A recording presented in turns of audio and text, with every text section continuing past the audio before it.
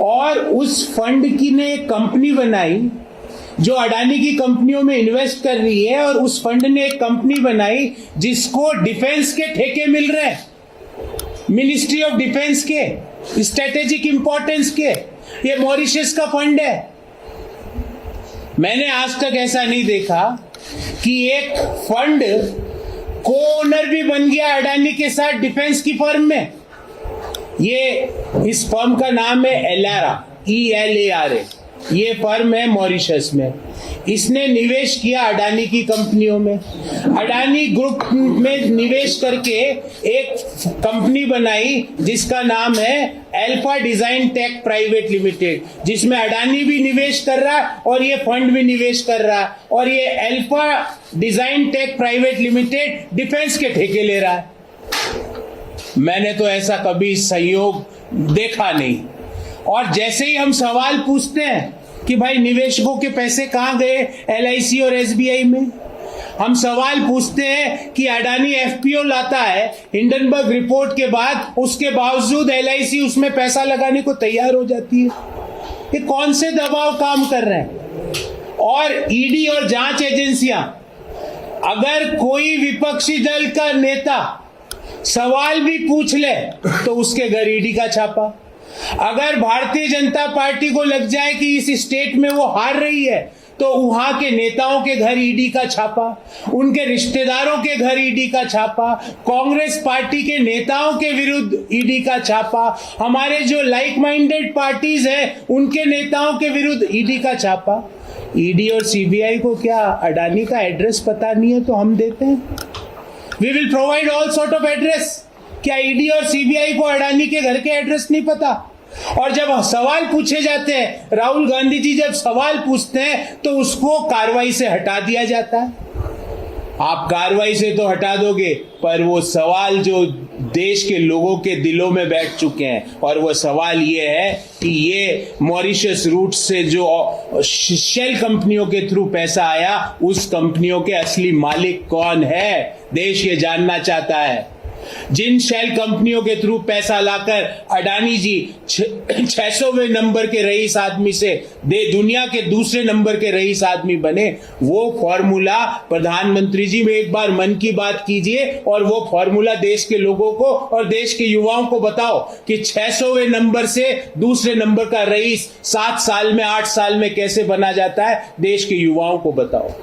हम तो ये मांग कर रहे हैं कि एक बार प्रधानमंत्री जी मन की बात में अडानी जी को गेस्ट फैकल्टी बुला ले, कि आज अडानी जी मन की बात करेंगे एज ए गेस्ट स्पीकर, और गेस्ट स्पीकर में आके वो बताएं कि किस तरह उन्होंने 600वें नंबर से छलांग लगा के दुनिया के दूसरे नंबर के रईस व्यक्ति तक पहुंचे। हम किसी व्यक्ति की यात्रा के विरुद्ध नहीं है, पर हम क्रोनी कैपिटलिज्म के खिलाफ है। हम उन चीजों के खिलाफ है कि हमारे जो पंच महाभूत है, धरती, आकाश, पाताल, अग्नि, जल, इन पांचों में कुछ भी अगर सरकार बेचेगी तो आपको क्या वेट करना पड़ेगा कि ये किसको जाएगा? अगर एयरपोर्ट भी अगर प्राइवेटाइज किए जाएंगे तो किसको मिलेंगे? मुझे, आपको और देश के बच्चे को पता है। कोयले की खदान अगर प्राइवेटाइज करेंगे तो किसको जाएगी वो, या कोयले की खदान का आवंटन किसको होगा? आपको, मुझे, देश के हर व्यक्ति को पता है। बंदरगाह अगर दिए जाएंगे, सरकारी बंदरगाह, तो वो किसको जाएंगे? आपको, मुझे और देश के हर व्यक्ति को पता है। तो देश के पंच महाभूतों पर अडानी का अधिकार नहीं हो सकता। We can't give all our resources to a single entity. हम किसी व्यक्ति के खिलाफ नहीं है, हम कॉर्पोरेट्स के डेवलपमेंट के खिलाफ नहीं है, पर हम मोनोपोलीज के खिलाफ है। अगर आप, जैसे शिपिंग मूवमेंट है, आप शिपिंग मूवमेंट या देश में लॉजिस्टिक मूवमेंट पूरा एक प्राइवेट एंटिटी को दे दोगे तो वो अपनी प्राइसेस को डिक्टेट करने लगेंगे, वहां पे मोनोपोलीज का स्थापना हो जाएगी। तो साथियों, ये 101 जो नुस्खे मोदी जी ने निकाले हैं और रोज वो उसको यूज करते हैं। कभी कहते हैं कि हम आज बहस नहीं होने देंगे, माफी मांगो, आज हम ये नहीं करने देंगे क्योंकि आपने ये कर दिया। सिंपल सी बात बताइए कि सीबीआई और ईडी अभी तक अडानी मामले की जांच का संज्ञान क्यों नहीं ले रही है।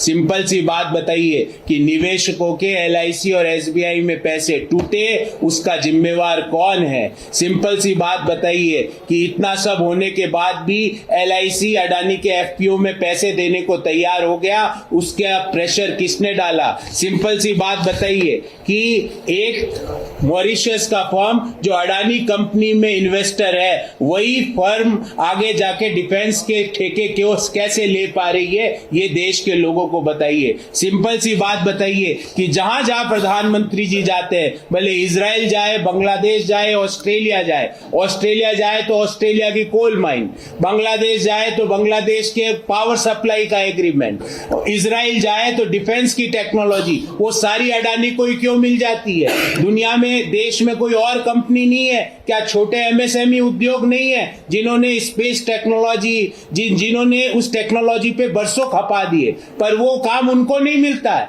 वो काम मिलता है सिर्फ देश की एक फर्म को। इसलिए हम सवाल पूछना चाहते हैं कि आप भले कितना भी बचाने की कोशिश कर लो, रोज जो नए नए खुलासे हो रहे हैं, और ये खुलासा जो आज का खुलासा जो मैं लेकर आया हूं कि अडानी फर्म का इन्वेस्टर आज उस इन्वेस्टर को ओनर बन गया डिफेंस फर्म में, और वो डिफेंस फर्म को भारत सरकार से ठेके मिल रहे हैं। इन सवालों का जवाब देश की सरकार को देना पड़ेगा। साथियों, मैं आपके सवाल लूंगा, पर सबसे पहले आप कोशिश कीजिए कि हम विषय से संबंधित ही सवाल पूछें। उसके अलावा जो सवाल होंगे, हमारे साथ झारखंड प्रदेश अध्यक्ष राजेश ठाकुर जी है, वो उसका उत्तर देंगे, और कोई बड़ा इश्यू होगा तो उसके लिए हम स्पेसिफिक प्रेस वार्ता करके आने वाले समय में उत्तर देंगे।